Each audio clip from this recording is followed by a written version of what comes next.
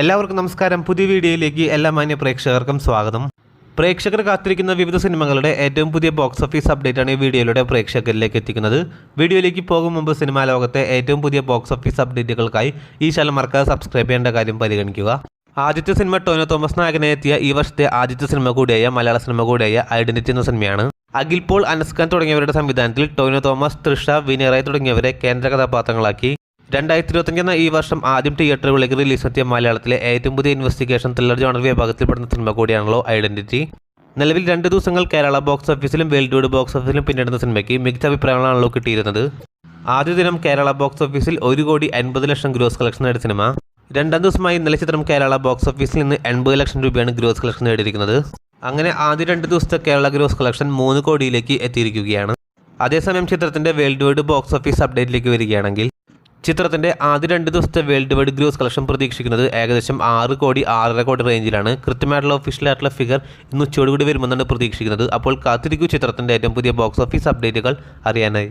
December മാസം 20-ാം തീയതി Christmas പ്രമാണിച്ച് തിയേറ്ററുകളിലേക്ക് റിലീസിനെത്തി ക്രിസ്മസ് പിന്നറായി മാറിയ സിനിമ കൂടിയാണല്ലോ ഉണ്ണിമുകുന്ദൻ നായകനെ എത്തിയ ഹെവി വയലൻസ് നിറഞ്ഞ സിനിമ കൂടിയായ മാർക്കോ.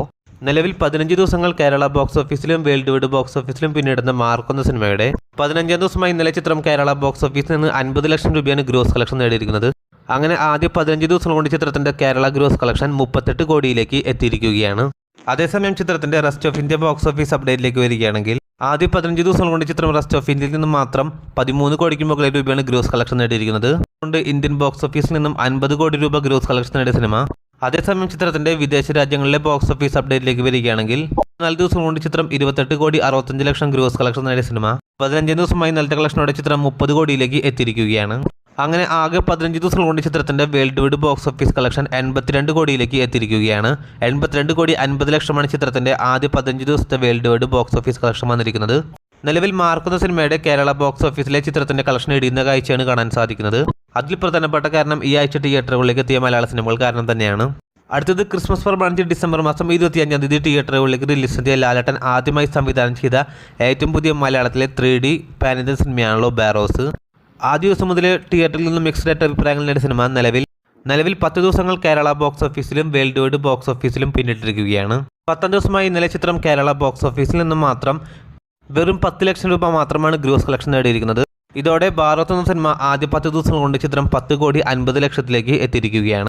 അതേസമയം ആദ്യ 10 ദിവസത്തെ ചിത്രത്തിന്റെ ഒഫീഷ്യലായിട്ടുള്ള വേൾഡ് വൈഡ് ബോക്സ് ഓഫീസ് കളക്ഷനിലേക്ക് വരികയാണെങ്കിൽ ചിത്രം ആദ്യ 10 ദിവസം കൊണ്ട് വേൾഡ് വൈഡ് ബോക്സ് ഓഫീസിൽ 16 കോടി 70 ലക്ഷത്തിലേക്കും എത്തിയിരിക്കുകയാണ്.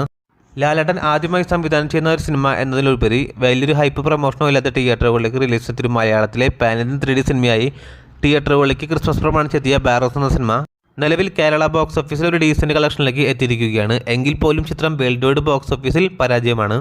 കാത്തിരിക്കൂ ചിത്രത്തിന്റെ ഏറ്റവും പുതിയ ബോക്സ് ഓഫീസ് അപ്ഡേറ്റുകൾ അറിയാനായി.